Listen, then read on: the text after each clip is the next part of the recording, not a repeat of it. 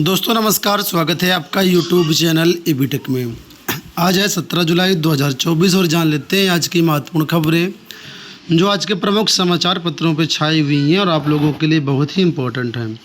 सबसे पहले यहाँ पर देखिए खबर है कि कोर्ट से रास्ता साफ, शासन में फंसी जूनियर एडेड शिक्षक भर्ती। एडेड जूनियर हाई स्कूल में प्रधानाध्यापक एवं सहायक अध्यापक के 1894 पदों पर भर्ती पहली बनी हुई है। मार्च 2021 के विज्ञापन पर 17 अक्टूबर 2021 को परीक्षा कराए जाने के बावजूद आज तक भर्ती पूरी नहीं हो पाई है। परीक्षा में सफल कुल 43,610 अभ्यर्थी मेरिट तय नहीं होने से अटके हुए हैं। मामले पर याचिका हाईकोर्ट से निस्तारित हो जाने के बावजूद नियुक्ति प्रक्रिया शुरू नहीं की जा रही है। अभ्यर्थी मेरिट सूची तैयार कर नियुक्ति दिए जाने की मांग को लेकर के शासन तक परिक्रमा कर रहे हैं, लेकिन बैठक होने के नाम पर उन्हें टरकाया जा रहा है। आपको बता दें 390 इसमें प्रधानाचार्य के पद थे और 1504 सहायक अध्यापक के पद थे। पीएनपी की तरफ से आवेदन लेकर के परीक्षा कराई गई थी। परीक्षा में 2,71,071 तथा सहायक अध्यापक के लिए, प्रधानाध्यापक के लिए 14,931 अभ्यर्थी शामिल हुए।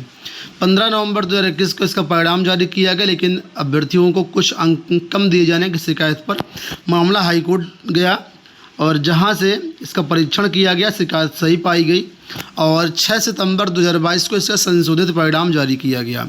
इसमें 42,066 अभ्यर्थी सहायक अध्यापक के लिए तथा प्रधानाध्यापक के लिए 1544 अभ्यर्थी सफल घोषित किए गए। संशोधित परिणाम के विरुद्ध वे पहले कोर्ट चले गए थे, जो पहले सफल थे और संशोधित परिणाम में असफल हो गए थे। तो कुल मिलाकर मामला कोर्ट में काफ़ी दिन तक रहा, लेकिन अब सब कुछ क्लियर है। लेकिन मामला अब शासन के स्तर पर पेंडिंग है। शासन इस पर कोई निर्णय नहीं ले रहा है और इसी वजह से भर्ती अटकी हुई है। छात्रवृत्ति के लिए 20 जुलाई से आवेदन कर सकेंगे ओबीसी छात्र। सरकार ने चालू वित्त वर्ष के लिए ओबीसी के छात्रों के लिए छात्रवृत्ति योजना की समय सारणी जारी कर दी है। कक्षा 9 से 12 तक छात्रवृत्ति के लिए ऑनलाइन आवेदन 20 जुलाई से 20 अक्टूबर तक किए जा सकेंगे। 19 दिसंबर तक ऑनलाइन भुगतान किया जाएगा।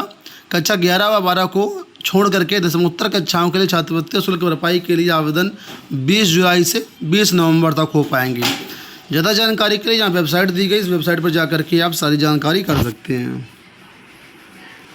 परिषदीय स्कूलों के शिक्षकों के लगातार विरोध के बाद कल एक महत्वपूर्ण बैठक हुई और उसके बाद डिजिटल हाजिरी को स्थगित कर दिया गया। मुख्य सचिव की शिक्षक संगठनों के साथ वार्ता हुई है और यहाँ पर कुल मिलाकर के डिजिटल हाजिरी को फिलहाल स्थगित कर दिया गया है। उसी के बारे में देखिए अपडेट है कि परिषदीय विद्यालयों के लिए शिक्षकों के डिजिटल अटेंडेंस अगले आदेश तक स्थगित कर दी गई है। यह निर्णय मंगलवार को मुख्य सचिव मनोज कुमार सिंह के साथ शिक्षक संगठनों की हुई बातचीत के बाद लिया गया है। शिक्षकों की समस्याओं और सुझावों को सुनने व समाधान के लिए एक विशेषज्ञ समिति भी गठित करने का निर्णय हुआ है। यह समिति सभी आयामों पर विचार कर सुधार के लिए सुझाव देगी। बेसिक शिक्षा विभाग ने बीती 8 जुलाई से परिषदीय विद्यालयों के शिक्षकों के डिजिटल अटेंडेंस लगाने का आदेश दिया था। साथ ही स्कूलों के 1 दर्जन रजिस्टरों को भी डिजिटल अपडेट करने के निर्देश दिए गए थे। इसके विरोध में शिक्षक 8 जुलाई से पूरे प्रदेश में धरना प्रदर्शन कर रहे थे और कल बैठक में कुल मिलाकर के इसको स्थगित किया गया है। वहीं पर शिक्षक संगठनों का कहना है कि हमें स्थगित का आदेश नहीं चाहिए, हमको निरस्त होने का आदेश चाहिए। लेकिन लिखा है कि शिक्षक संगठन शासन के निर्णय से संतुष्ट नहीं है, मांगे पूरी होने तक आंदोलन जारी रखने का ऐलान किया गया है। तो ये लोग चाहते हैं कि डिजिटल अटेंडेंस पूरी तरीके से निरस्त कर दी जाए। CUET परिणाम को लेकर के यहाँ पर अपडेट है कि विद्यार्थियों को CUET परीक्षा परिणाम का बेसब्री से इंतजार है। कॉमन यूनिवर्सिटी एंट्रेंस टेस्ट यानी CUET परीक्षा के परिणाम का बेसब्री से परीक्षार्थी इंतजार कर रहे हैं। परिणाम अटके होने से विद्यार्थियों का अगली कक्षा में प्रवेश होने में देरी हो रही है। यहाँ देखिए अपडेट है कि यूपी बोर्ड की किताबें बाजार से गायब, निजी 5 गुना तक महंगी बिक रही हैं। तो यूपी बोर्ड के नए सत्र की नामित NCERT की किताबें बाजार में अब तक नहीं आई हैं और पुरानी किताबें बाजार से नदारद हैं। ऐसे में कक्षा 9 से 12 तक के छात्र निजी प्रकाशकों की किताबें 5 गुना मूल्य पर खरीद रहे हैं। किताबें अधिक महंगी होने के कारण छात्र पढ़ाई नहीं कर पा रहे हैं। बीते साल कक्षा 9 से 12 तक की किताबों का जो सेट 200-300 रुपये मिलता है, वही सेट निजी प्रकाशकों का 1500 से 2000 में मिलता है। तो यहाँ पर कुछ एक प्राइस दिया गया है कि कौन सी किताब कितने रुपए में मिलती है। यहाँ पर यूपी बोर्ड किताबों की बात की गई, यहाँ पर निजी प्रकाशकों की बात की गई है। मध्य प्रदेश में भर्तियों की एक बार फिर बाहर आने वाली है। यहाँ पर देखिए अपडेट कि प्रदेश में 2 लाख भर्तियों का तैयार किया जा रहा है रोड मैप। रोजगार को लेकर के सरकार ने भाजपा विधायकों को सौंपा ब्रांडिंग का टास्क। तो मध्य प्रदेश में अब सभी विभागों में पद चिन्हित किए जा रहे हैं और लगभग 2 लाख भर्तियों का रोड मैप यहाँ पर तैयार किया जा रहा है। चाहे वो शिक्षकों की बात हो या पुलिस की बात हो या अलग अलग जो भी विभाग हैं, इन सब में कुल मिलाकर के भर्तियाँ आने की उम्मीद बताई जा रही है। टीईटी पेपर लीक के बारे में अपडेट है कि आरोपित शिक्षक गिरफ्तार। वर्ष 2021 में टीईटी पेपर लीक के मुख्य आरोपित प्रभात को भी क्राइम ब्रांच की टीम ने मंगलवार को भरवारी से गिरफ्तार कर लिया है। वो इस समय बाराबंकी के सोहवर स्थित प्राथमिक विद्यालय में शिक्षक के पद पर तैनात है।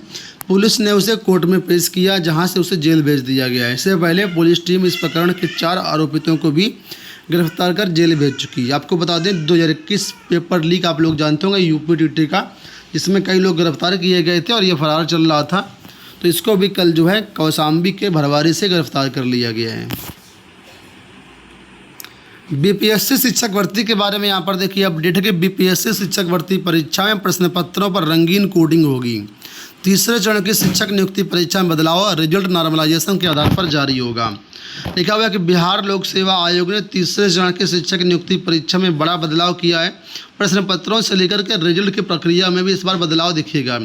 प्रश्न पत्रों के कई सेट तैयार किए गए हैं, ये अलग अलग रंगों के होंगे। प्रश्न पत्रों की कलर कोडिंग की गई है। मंगलवार को कार्यालय कक्ष में आयोजित संवाददाता सम्मेलन में आयोग के अध्यक्ष रवि मनुभाई परमार ने इसकी जानकारी दी है। आप लोगों को याद होगा कि बीपीएससी टीआरई 3 का एग्ज़ाम जुलाई में होना है, बहुत जल्द होने वाला है। इसके फुल एडमिट कार्ड भी जारी कर दिए गए हैं। पहले इसका एग्ज़ाम सिटी जारी किया गया था, इसके बाद अब जो है डिटेल्ड एडमिट कार्ड जारी कर दिए गए हैं।